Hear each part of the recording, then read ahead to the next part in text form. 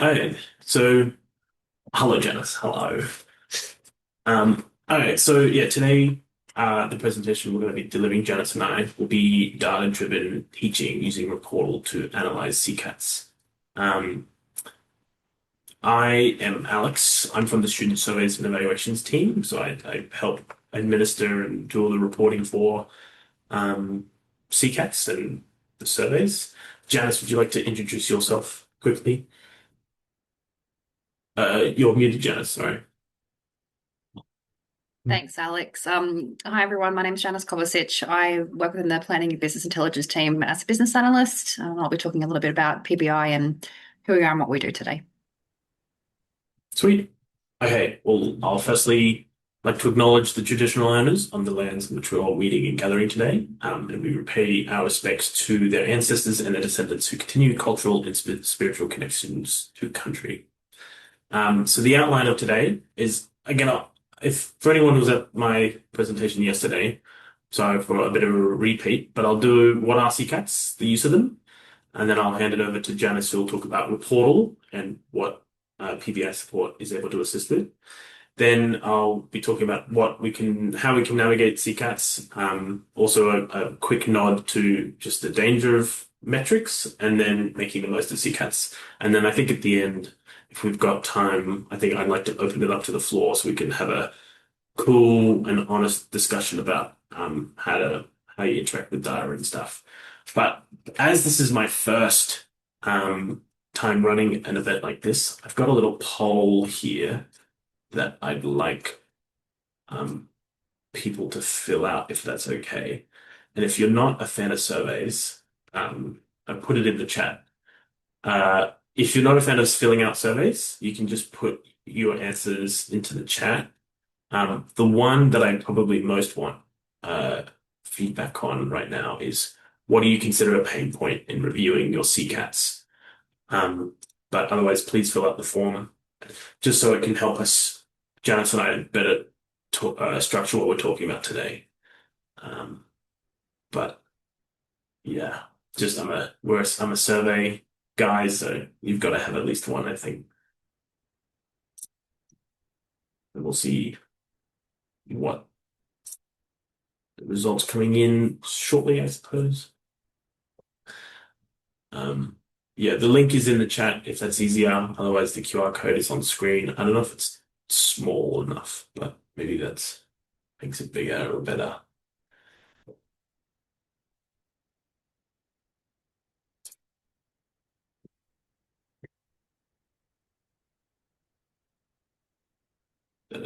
There's potentially, I don't know how long to wait for this.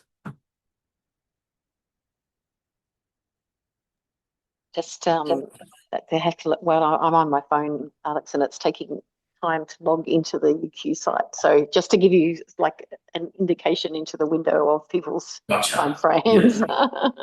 Yeah, well, I was thinking it'd be easy if people are on their laptops to use the link because then they'd already be signed in. But um,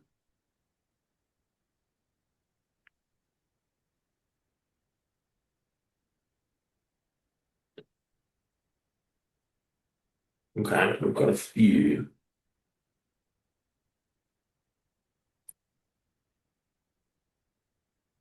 My expectation is that most people who'd sign up today would are very CCAT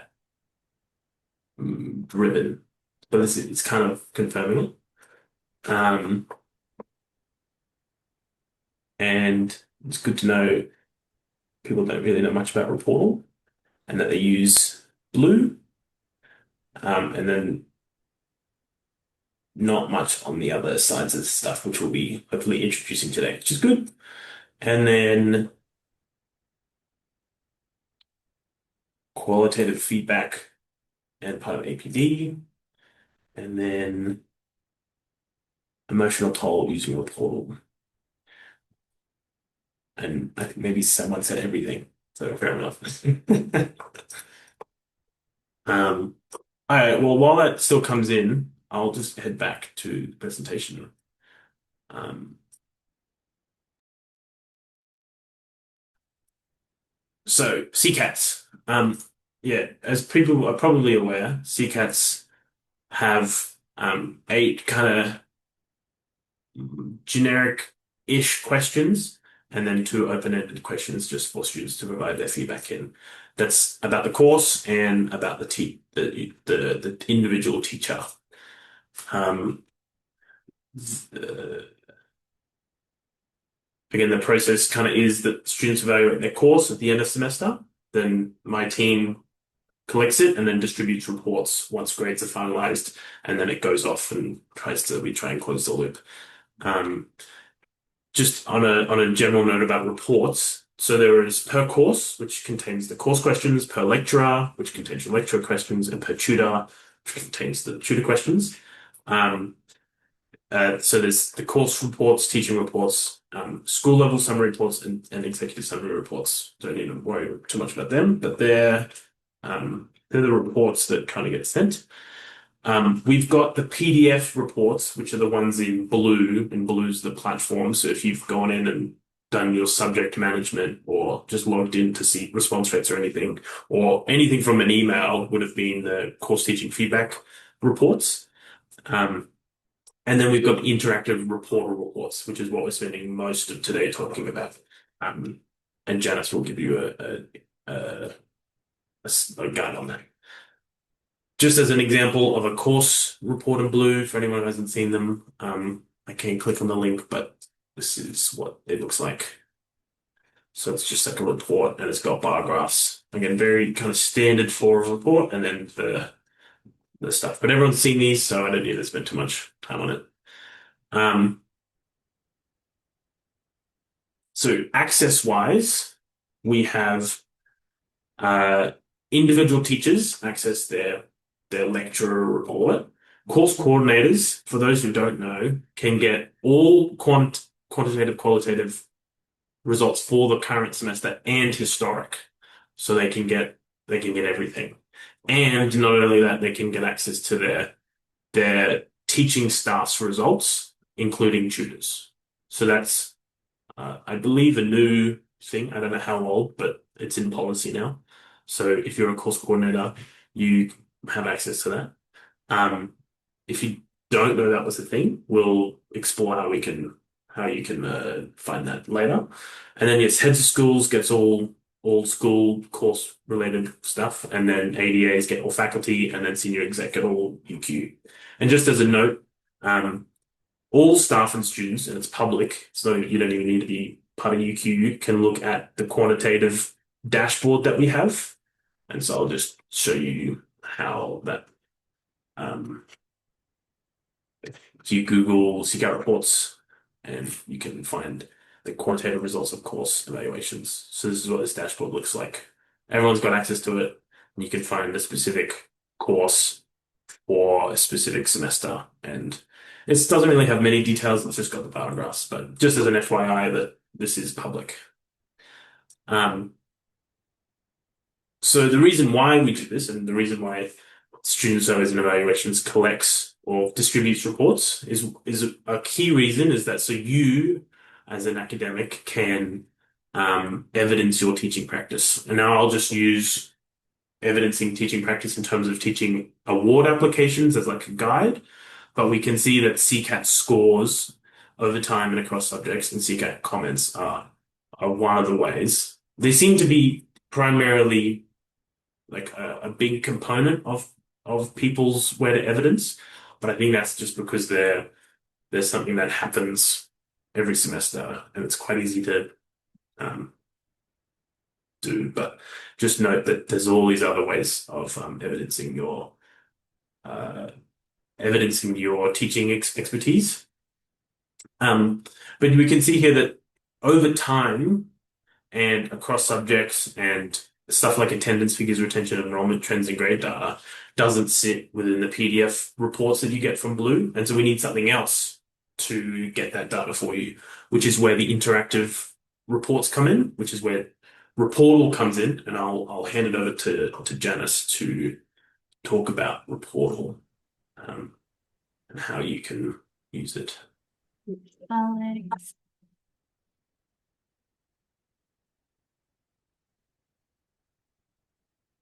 Okay.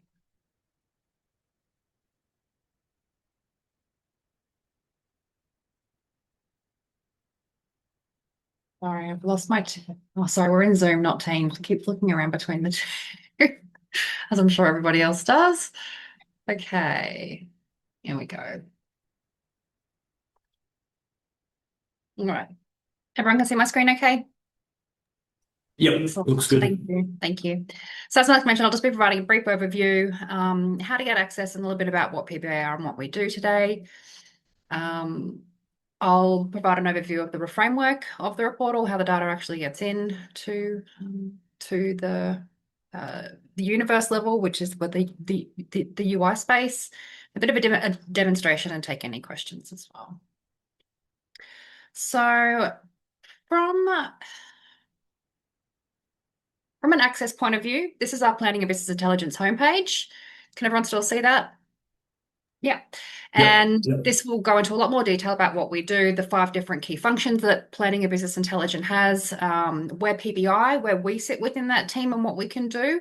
And the overall role of PBI, is predominantly to provide management information and analysis to support this evidence-based decision making. PBI support, we sit within the business intelligence team and we provide the UQ community with access to a wide range of data, assist with all Reportal queries, accessing standard reports, modifying existing reports. We also help with bespoke reporting, publishing to unit reports, and also training and where to find data sources within the data warehouse. All staff by default have a SECAT academic account, but to get that extra level of access to access all of our standard staff and student finance reports, you just need to go into our Reportal login here from the homepage, and then you can apply for access through that drop down here. From there, that will go to your supervisor for approval, and all the relevant security will happen overnight, and then you'll then have access to this wonderful dashboard that is the Reportal. So before we get into that, I'll just show you this overview of sort of how this business objects or business intelligence tool enables staff to retrieve and analyze the data. We have a Reportal interface here down on the far right. And before any of that can be transformed into this wonderful, easy universe that you can create reports on, we have all these individual applications and data sets throughout UQ. As we know, there's a well over 50 and many different ways for this data to come in and many different structures. So the two main ones that we have are the data hub and the UQ data lake. So this is the raw unstructured data, and then we have our integrated data. All of this gets transformed into our data warehouse, some directly, as you can see, like SINET, and some have to come through these other 2 paths. So we do a whole transformation to get the data and analysis ready, and then we push all of this into what we call universes. So we have, for example, our staff current universe, our SECAT universe, our student official universe. There's over 100 of them ready for use for staff. That is transformed at that user interface level to what you see as your standard reports today in a secure form as well. So I'll go into a little bit now about our launch pad. So when you log in for the first time, this will look different for everybody. I have lots of favorites set up here, which you can do. You can favorite individual reports, you can favorite folders, depending on what you need. And you'll also have your own personal folder section here. A BI inbox, which is where people can share reports with you and you recycle them. So if we go in through our categories today, this is the starting point for all reports. And we've got our standard reports here.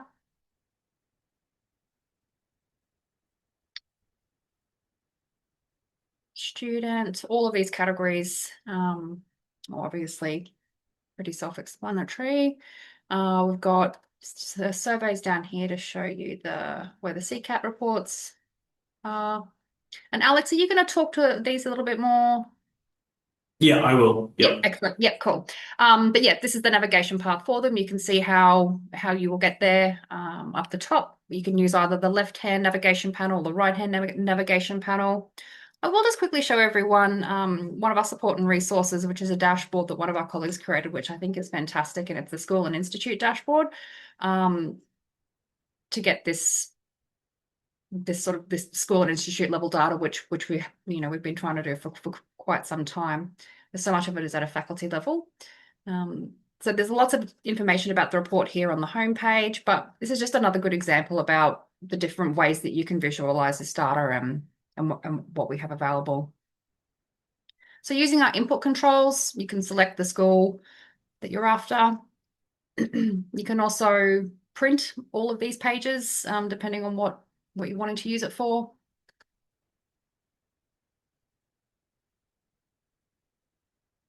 And there's some more visualization tools in here and how they align with the university's KPIs and metrics. And drill down to domain as well.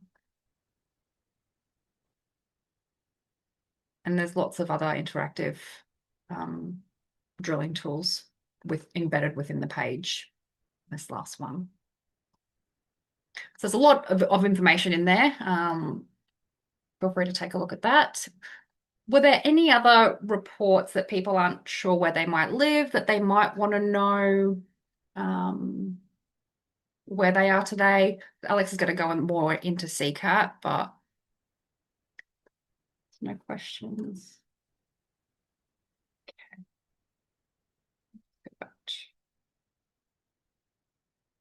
Okay. I think that was everything, Alex. Okay. Well, I might throw it back to you later once I'm more in Reportal stuff. Yes, but for that was sure. good.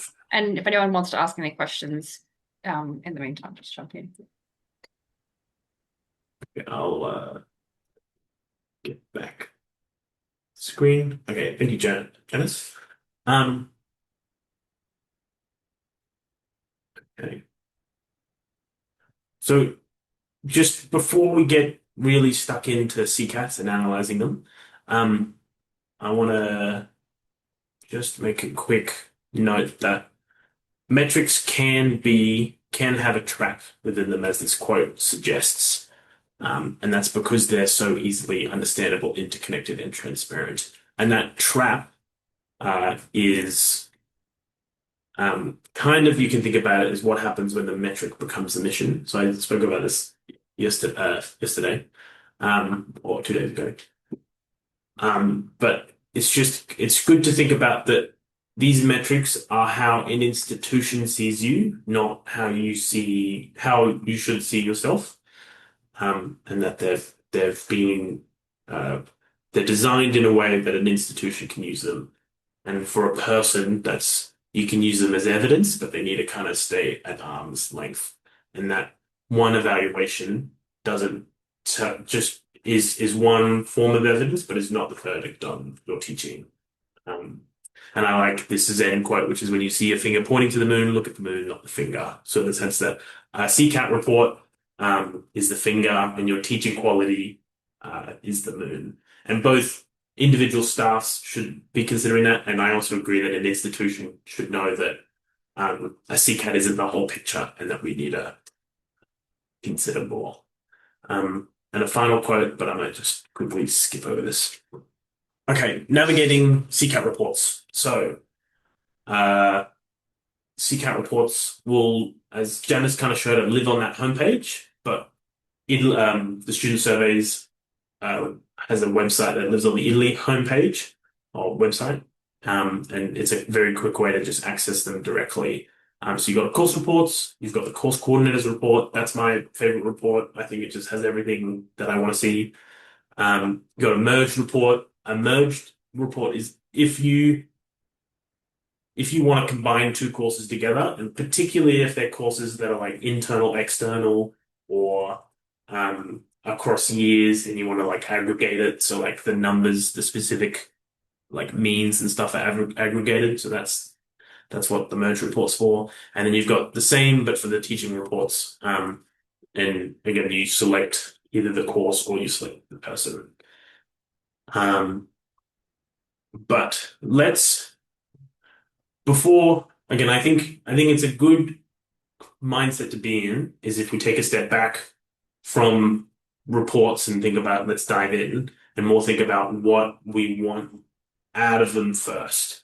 Because I think that mindset is a very good way to set yourself up, not only for teaching award applications, but just your own personal development. So one of the key things that I really like about the teaching award example evidences things is this what you did, what the students did, how you did it, why you did it, how you know it was good. And how you know it was good is the report part of it, like the dashboards and the evidence, but what you did, what the students did, how you did, why you did it. So, and to kind of put it another way, in the teaching award application, when you have to write a statement, you need to outline your philosophy and beliefs, and then your teaching context as well. And so, if we go back, so this is your teaching context, this kind of that kind of bit, and then again your SECAT scores. But the key thing is thinking about that, and it's another way of just saying a narrative. It's your story.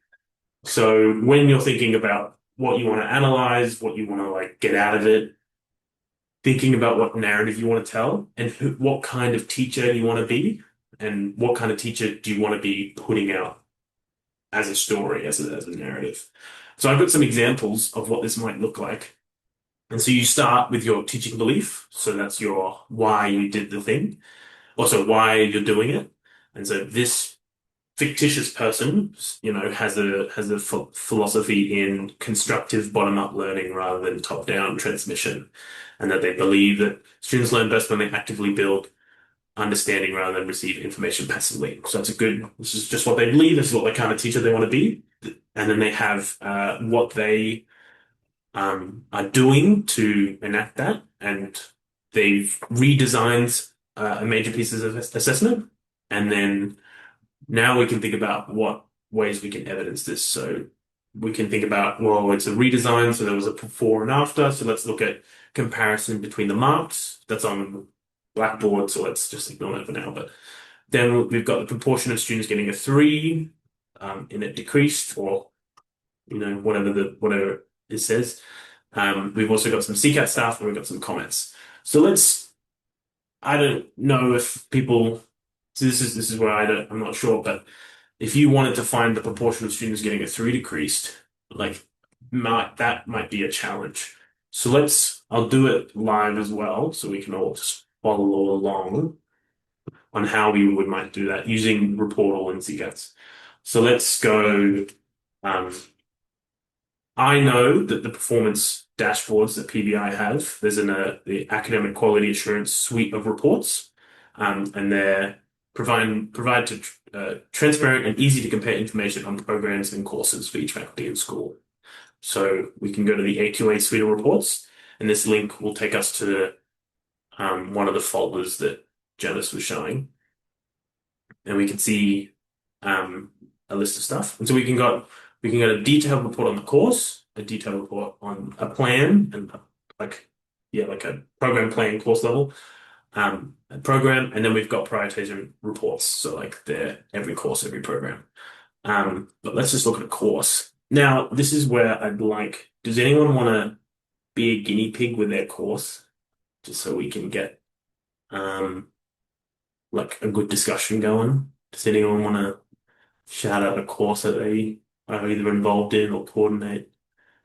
I know it's a bit daunting, but I'm not trying to, and this isn't a shame zone. This is just trying to see how we can really use data to evidence our teaching practice. Econ, I already got him first. Okay. Let's have a look at Econ 721. Alice, we might come back to you in your course. So this is, I don't know if people have seen this report. I think it's a great report. We've got information on it, but and then I'll just go, all I'm thinking about, I don't care about anything else, is that distribution of grades that have gone from one semester to the next. So it's probably in performance, and there's a nice graph down here which shows the distribution.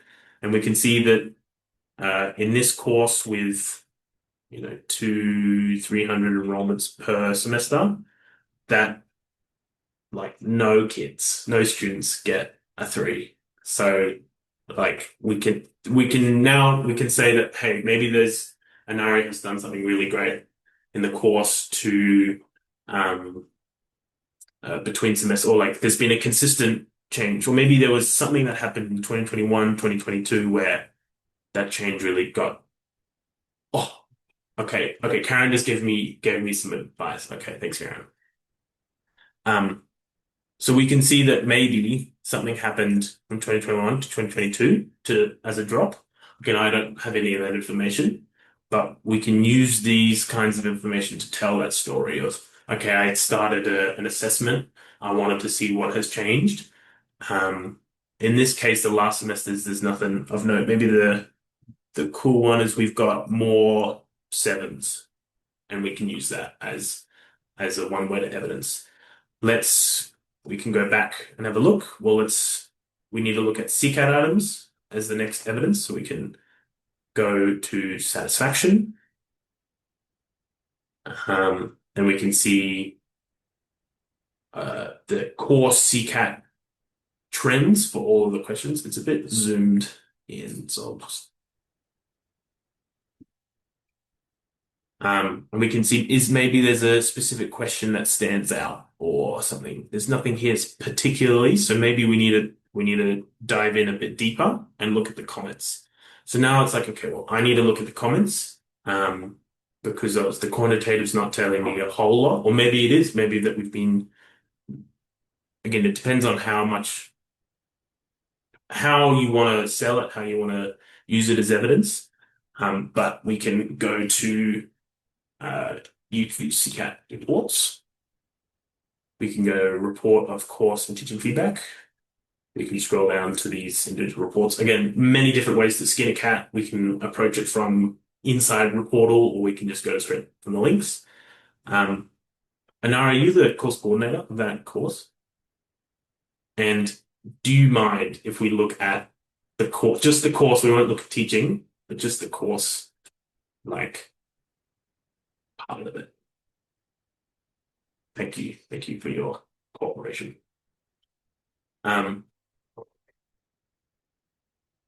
So looking at this dashboard, now we can pair it with the SECAT dashboard. And there's a few loading screens in there. We can put in the course, and we can look at the semester that we want to look at. Let's say maybe that's Sem 1. Or again, maybe you wanted to compare between semesters, but we can go to the course, again, all the details, look at the course details, and we can see what just like the means are saying, and then we can look at comments, and we can look at comments in comparison with this, and then maybe we can extract a comment out, and we can have this kind of nice narrative that's really demonstrating, I think, and I think the teaching award application people do as well, find this very compelling. So this is just like a simple example. I would maybe a simple example. That's just, we can look at the raw stuff that is displayed. But in example 2, we've got a kind of a thing that might be more difficult to evidence. And so we'll see how we can do that. So this fictitious teacher values inclusivity as part of their teaching strategy. And they introduced some low stakes quizzes that help the disadvantaged students. And so now we want to look at, can we get stats for just disadvantaged students? Maybe we want to see if this is the SECATs have been improved just for disadvantaged students, and if they've said any comments. So again, if we go back to here, we can have a look. If we go back to performance, again, using these are Janice mentioned earlier, they're called input controls. Just think of them as like filters. Um, and we can select, okay, let's have a look at international students. Uh, and we can see the grade distribution of just international students or just domestic students. And we can use that as evidence for maybe that one assessment item targeted domestic or international students better, or that if that was your goal, then that's how we can use these input controls. Um, got the same thing for gender. If you want to look at something that, in my experience, I taught in physics, and we had pure physics people and then engineers. So I'd want to look at if one cohort or the other was performing better or not. I could do this here by looking at, okay, so we've got, let's let us just select the previous year for performance, and we can look at all the people that are currently enrolled by our program in Econ 7021, and we can see maybe, okay, trying to find, it's a bit finding straws at the moment, but we can see that the Master of Economics students seem to have a lower pass rate than, say, the Master of Commerce students. And maybe that's either something you want to target or something you just want to look at over the years. All that's possible with these kinds of reports. Same kind of deal. In this particular report, the satisfaction doesn't have the input controls, if that's the thing you want added. That's possible. But this is where the SECaT report comes in. So we can let's look at, does the Master of Econ? Maybe you want to look at Master of Econ. Do they have a particular, I don't know, aversion to the course? So you can select the program of the students, and then you can get comments from just those Master of Econ, and you can look at their scores. So this is where you can get even lower, and you wouldn't be possible on the PDF reports because it's just a static thing. So this is the power that Reportal has, where we can look at demographics, and we can uh, analyze it between that kind of thing. It might be overwhelming to think, well, I got to compare a Master of Econ female with a Master of Data Science student from a disadvantaged background, and think that you've got to find all the little things. That is overwhelming, and that is way too hard. I think and you just don't have the population size for it to be significant at all. So the important thing is to come in again think about your teaching belief, think about what you're trying to do, what you're trying to achieve, and what ways you can evidence that. And then you come into these dashboards thinking just specifically about what you want. So if for the person in this case, they wanted inclusivity. So let's get a comment from someone who's it's somewhat hard to identify like a inclusive or a diversity student in these reports, because otherwise he'll get their identity and we hide that. So anything broad we can do. If it's something that's really important, there's a conversation that you need to have with us to see if we can try and find that out. But I'll get to that later. But the key is that come into it with your action plan, and then see what evidence you can use from these dashboards to help to evidence. And then that way, if I come back to this thing, you can start really ticking off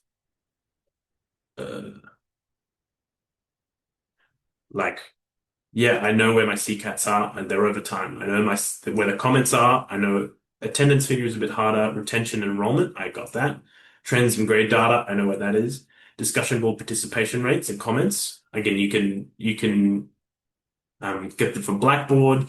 student surveys, whether they're in person, like the ones you've run, or if they're the more broader ones.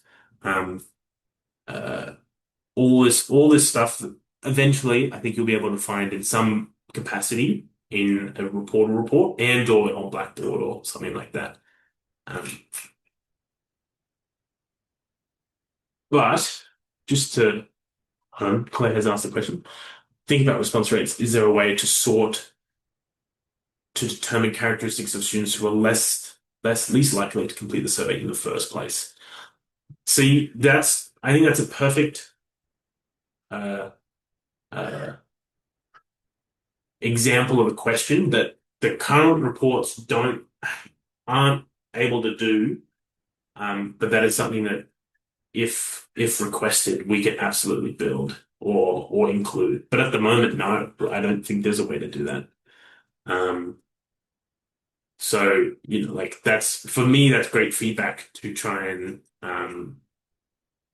uh, ensure that we can get that because I think that's a very important metric to have to be like, hey, the Master of Econ students are just not responding to my survey. Why? And then you try and there's something you got to target there, whether it's because they've got a class at the same time, so they're not even in class. Who knows? But yeah, thank you, Claire. Um, so with all this in mind, and you've got the dashboards and being able to uh, know that it's possible that there is so much data out there to go collect and evidence your teaching. We need to think about where does this sit in with the narrative that you're trying to build. And the best way to build a narrative is a repetitive cycle, this feedback cycle, feedback evidence of you need to determine learning goals and develop success criteria. So I've got UQ values, but again, you can do them yourself. But say if someone goes, okay, I really want to focus on enabling active learning, how do I go about that? Then we elicit evidence of learning and interpret evidence. One of the ways is SECaTs. There's multiple other ways you can evidence that. And then you take responsive action. And the good thing about taking responsive action and showing your students that is that they engage more and you can get higher response rates.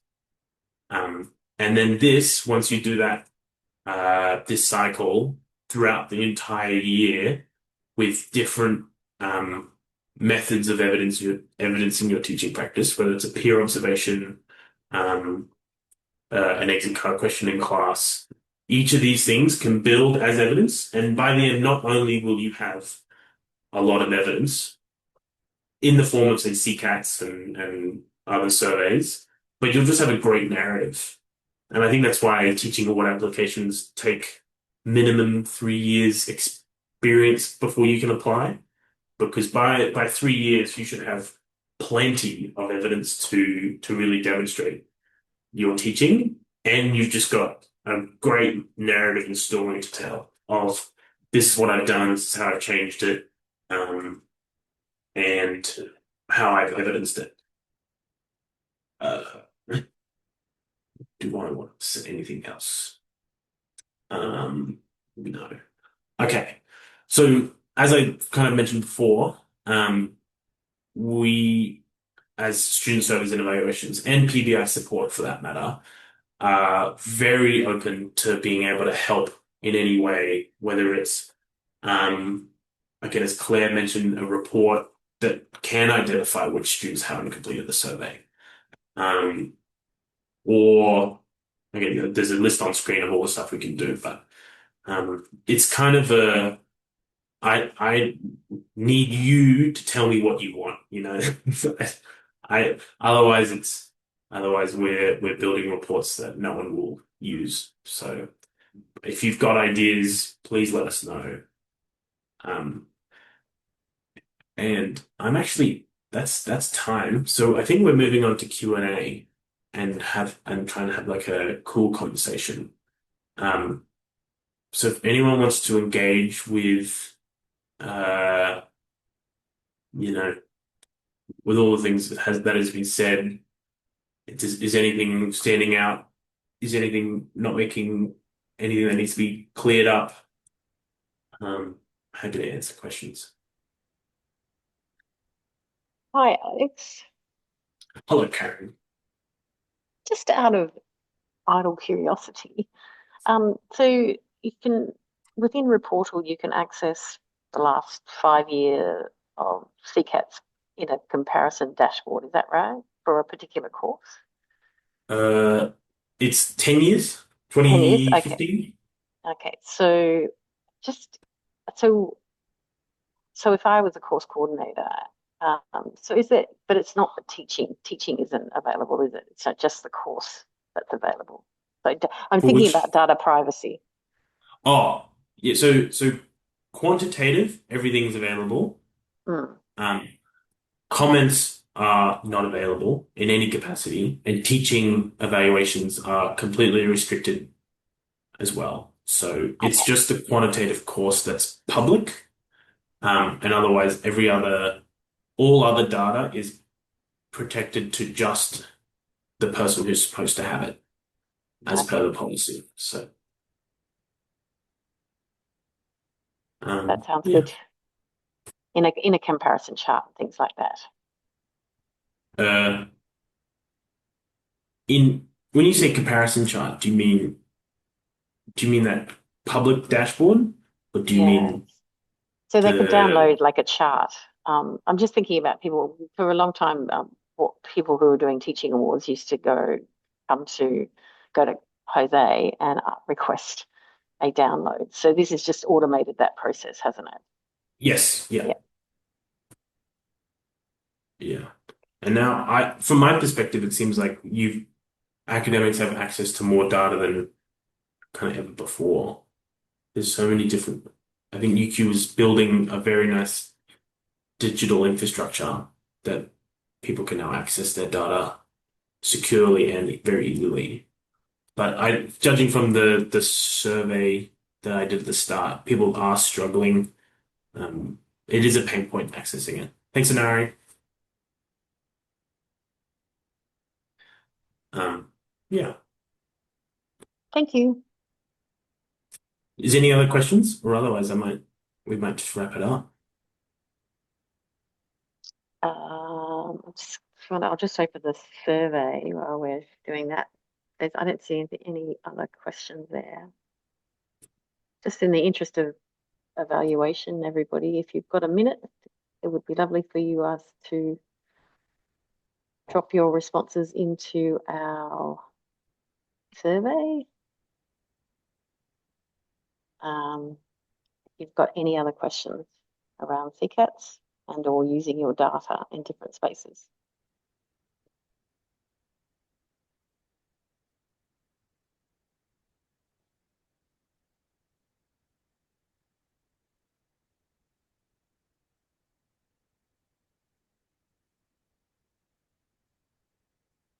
Well, yeah.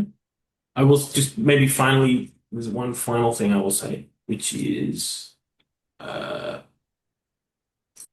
tomorrow there's a presentation by Karen, uh, which is what data can and can't tell you about your student's progress. That's you, Karen, right? That's me and Dr. Hong from e-learning. So she'll give everybody a little access and a little taking through the data analytics available in both Course Insights, our purpose-built tool, alongside the analytics in the back of Ultra as well. So I think it's going to be a really interesting session, and we're keen to kind of get perspectives from particularly course coordinators and how they use that data, the use Mm. and possibly the misapplication of that data in different circumstances. So But yeah, I'd recommend that session if you want a continuation. But otherwise, thank you everyone for attending. Hope to hear from you if you've got any CCAT questions.